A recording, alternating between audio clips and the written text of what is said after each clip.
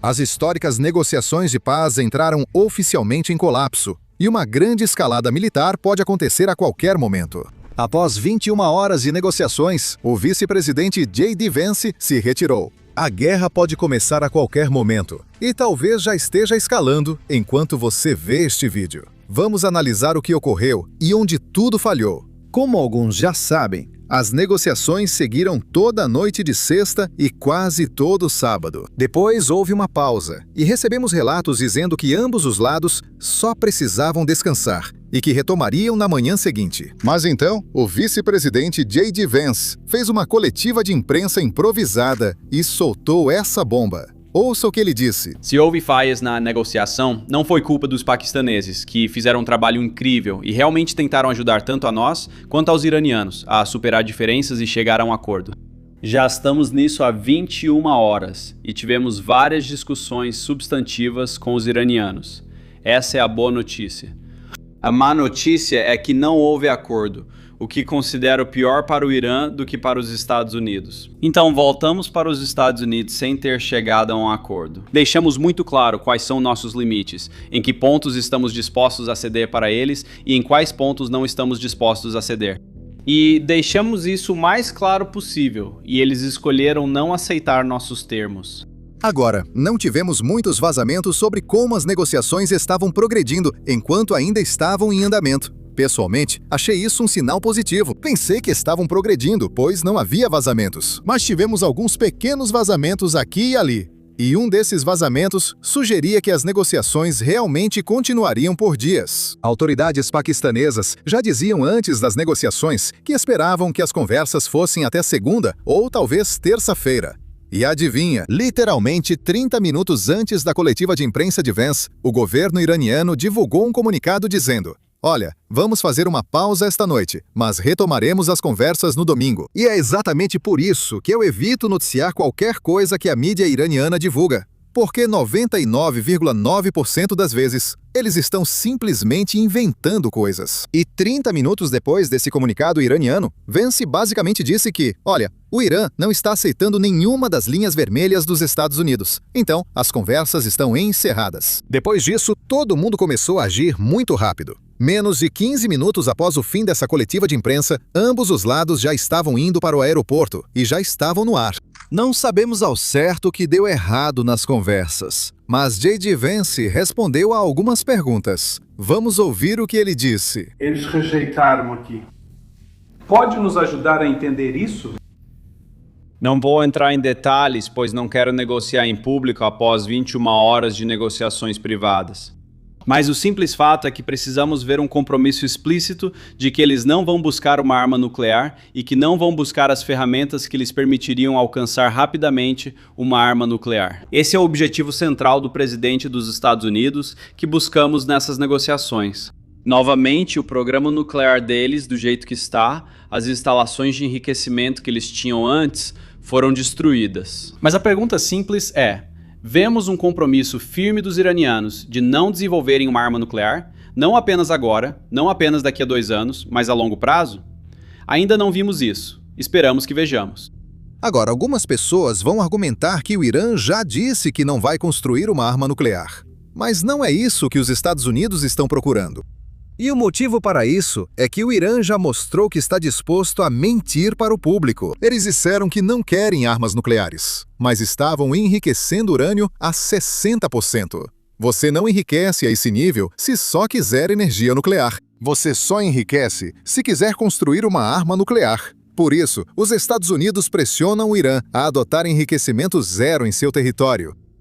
Na verdade, antes da guerra começar, os Estados Unidos até ofereceram ao Irã urânio enriquecido ilimitado para suas usinas nucleares, de graça. Ou seja, o Irã não precisaria comprar ou produzir nada. Os Estados Unidos estavam dispostos a bancar tudo, e a única coisa que o Irã precisava fazer era não construir nenhuma instalação de enriquecimento dentro do Irã. Qualquer país lógico que quisesse apenas energia nuclear para seus cidadãos teria aceitado esse acordo. Porque isso é literalmente conseguir um grande desconto para gerar essa energia nuclear. Mas não, o Irã disse não. E o motivo disso é bem simples. O Irã não quer o enriquecimento para a energia nuclear. Eles querem isso para continuar chantageando o mundo.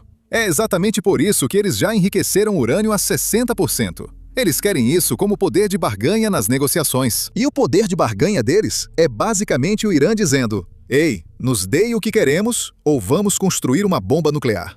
E é exatamente por isso que a guerra começou. Agora, com a guerra em curso, os Estados Unidos pressionam ainda mais. Enriquecimento zero. Provavelmente os Estados Unidos também pedem que o Irã entregue os 400 quilos ou 900 libras de urânio enriquecido enterrados em um sítio nuclear. É aqui que entra a perspectiva. Os Estados Unidos não acham que estão perdendo essa guerra. E o Irã também não acha que está perdendo essa guerra. Mesmo com a morte do líder supremo e de autoridades iranianas, a Marinha e a Força Aérea do Irã acabaram, e eles não controlam mais seu espaço aéreo. Mas, ainda assim, as autoridades iranianas, neste momento, não acham que estão perdendo essa guerra. E é por isso que elas não estão realmente dispostas a mudar sua posição em relação ao que era antes do início dessa guerra. Então, até o momento, parece que vai ser muito difícil negociar, pelo menos nesse ponto. Agora, é claro, como alguns de vocês já devem saber, esse não é o único ponto de discórdia. Existem outros pontos também. Então vamos ouvir outras perguntas que Vance respondeu. Elas são bem curtas, então eu realmente quero ouvir tudo. Ouça aí. Jen. Havia algum acordo base sobre algo? Os ativos iranianos congelados foram citados? Vocês chegaram a alguma conclusão sobre eles? Falamos sobre todas essas questões, Jen, e falamos sobre vários outros assuntos além disso. Então, com certeza, esses temas foram abordados. Mas, novamente, simplesmente não conseguimos chegar a uma situação em que os iranianos estivessem dispostos a aceitar nossos termos. Acho que fomos bastante flexíveis, fomos bastante conciliadores. O presidente disse que deveríamos vir de boa fé e se esforçar ao máximo para conseguir um acordo. Foi o que fizemos. E, infelizmente, não conseguimos avançar. Preston. Senhor vice-presidente, com que frequência o senhor falou com o presidente Trump nas negociações? Há relatos de várias rodadas com intervalos. Com que frequência o senhor falou com o presidente nessas rodadas? E o que ele dizia enquanto o senhor negociava, já que não atingiram os prazos? Sim, obviamente estávamos conversando com o presidente de forma consistente. Não sei quantas vezes falamos com ele, meia dúzia de vezes, uma dúzia de vezes nas últimas 21 horas. Também falamos com o almirante Cooper, Pete, Marco, toda a equipe de segurança nacional e Scott Bassing várias vezes. Estávamos sempre em contato com a equipe, pois negociávamos de boa fé. E saímos daqui com uma proposta muito simples, uma forma de entendimento que é nossa melhor e última oferta. Vamos ver se os iranianos aceitam. Obrigado. Essa coletiva de imprensa durou cerca de 4 minutos e meio. Acho que pode ser um recorde mundial de coletiva mais curta de um vice-presidente. No final, Vance confirmou que os Estados Unidos foram bem flexíveis nos novos termos.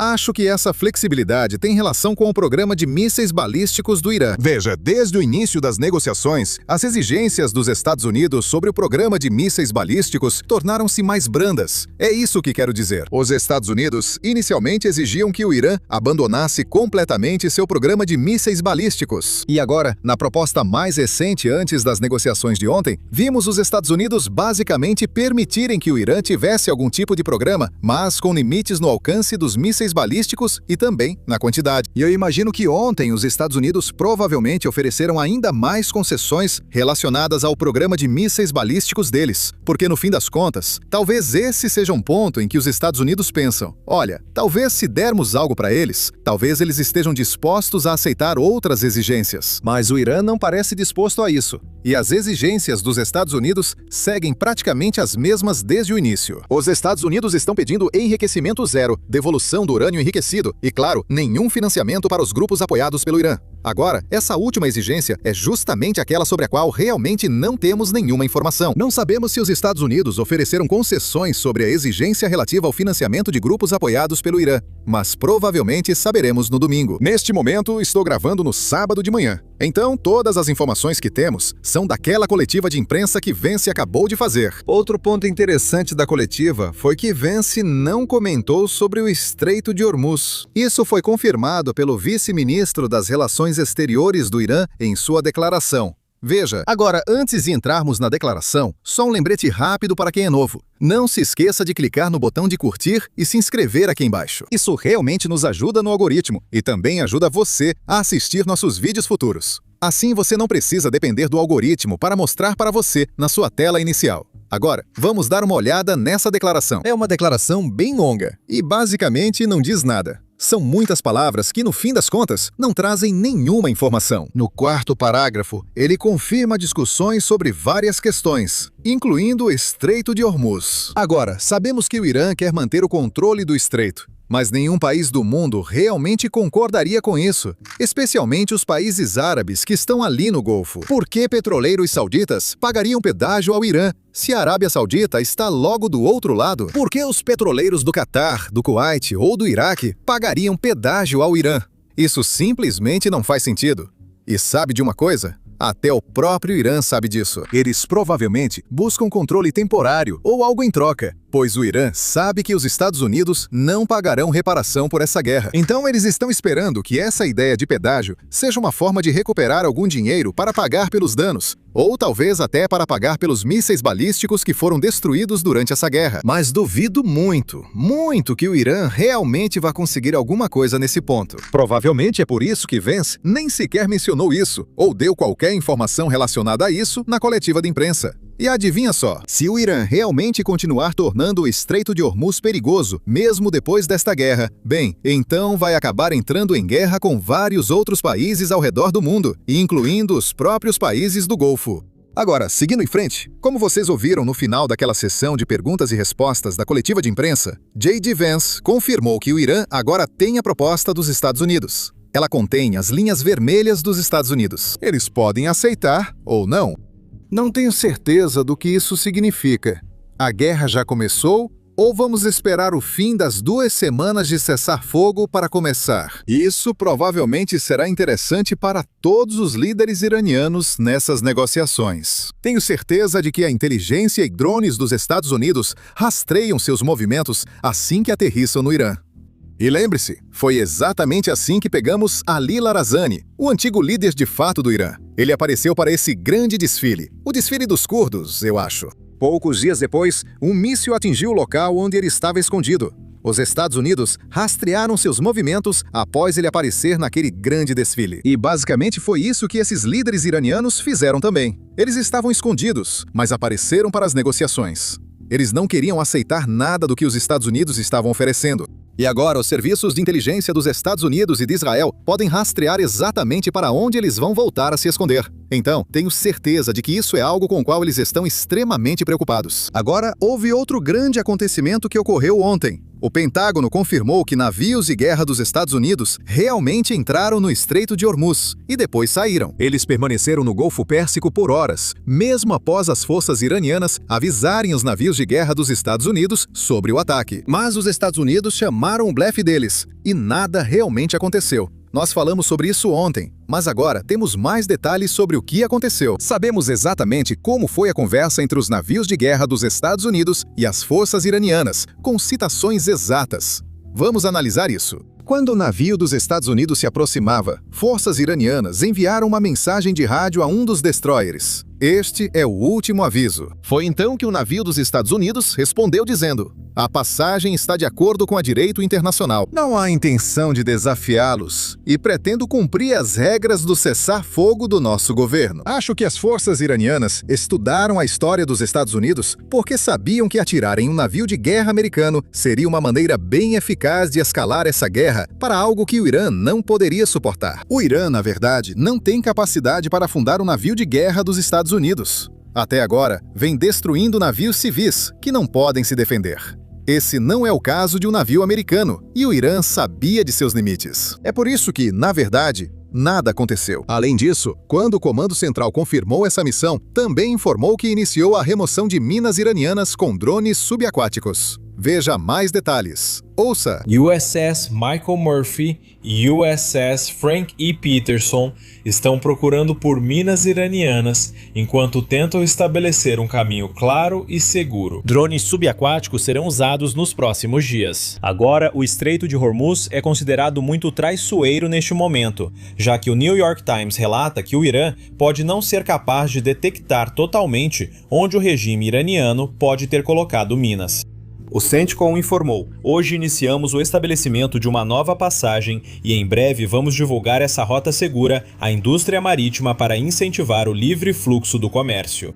Desde o cessar-fogo de terça-feira, pouco mais de uma dúzia de navios passaram pelo estreito, mas isso é apenas uma fração do número habitual. O bloqueio do Irã criou vários problemas globais, incluindo a escassez de combustível de aviação. O presidente Trump está até tentando atrair petroleiros vazios para os Estados Unidos, dizendo que um grande número de petroleiros completamente vazios, alguns dos maiores do mundo, estão indo agora para os Estados Unidos para carregar o melhor e mais puro petróleo e gás do mundo. Temos mais petróleo que as duas maiores potências do setor juntas e de melhor qualidade. Aguardamos vocês. Operação Rápida. Presidente Donald J. Trump. Quero mostrar um mapa com todos os petroleiros indo para os Estados Unidos. Vejam a fileira que sai da Ásia, passa pela África e segue para os Estados Unidos. Todos esses estão indo para os Estados Unidos e alguns deles estão vindo aqui para Houston para pegar petróleo dos Estados Unidos e levar de volta para países asiáticos. Veja, antes da guerra, quase 90% do petróleo que passava pelo Estreito de Hormuz ia para países asiáticos. E agora, esses países, muitos deles, não têm grandes reservas. Então, eles precisam de um fluxo constante de petróleo chegando. E como não podem obtê-lo dos países do Golfo, estão tentando conseguir dos Estados Unidos. Com o fracasso das negociações, não sabemos quanto tempo o Estreito de Hormuz ficará fechado, pois não depende só da movimentação dos navios de guerra dos Estados Unidos. A questão é se petroleiros, capitães e empresas confiarão na segurança do Estreito de Hormuz para enviar e trazer de volta seus navios. Enquanto não se sentirem seguros, o Estreito de Hormuz ficará praticamente fechado, mesmo que o Irã não consiga atacar os petroleiros. Teremos que aguardar para ver. Tenho certeza de que no domingo teremos mais informações sobre o que aconteceu nas negociações, quais foram os outros pontos de contestação e tudo mais. Então não se esqueça de clicar no botão de se inscrever aqui embaixo e eu vou atualizar vocês com todas as novas informações assim que eu tiver. Meu nome é Sam e vejo vocês no próximo vídeo. Você assiste a este vídeo, então já sabe que o Irã é complicado, mas talvez não saiba por que ficou assim. E essa história começa antes de 1979. Começa antes da Revolução Islâmica. E adivinha só, nós acabamos de criar uma série de podcasts em várias partes chamada Searching History, que te guia por toda essa trajetória. Começando pela dinastia Qajar, que governava o Irã no início dos anos 1900. Os 2 primeiros episódios já estão disponíveis para assistir agora. Então, se você é alguém que se interessa pela história do Irã e como chegamos até aqui, bem, você pode assistir a nossa série de podcasts clicando no link na descrição, ou pode simplesmente procurar por Searching History em qualquer aplicativo de podcast que você use.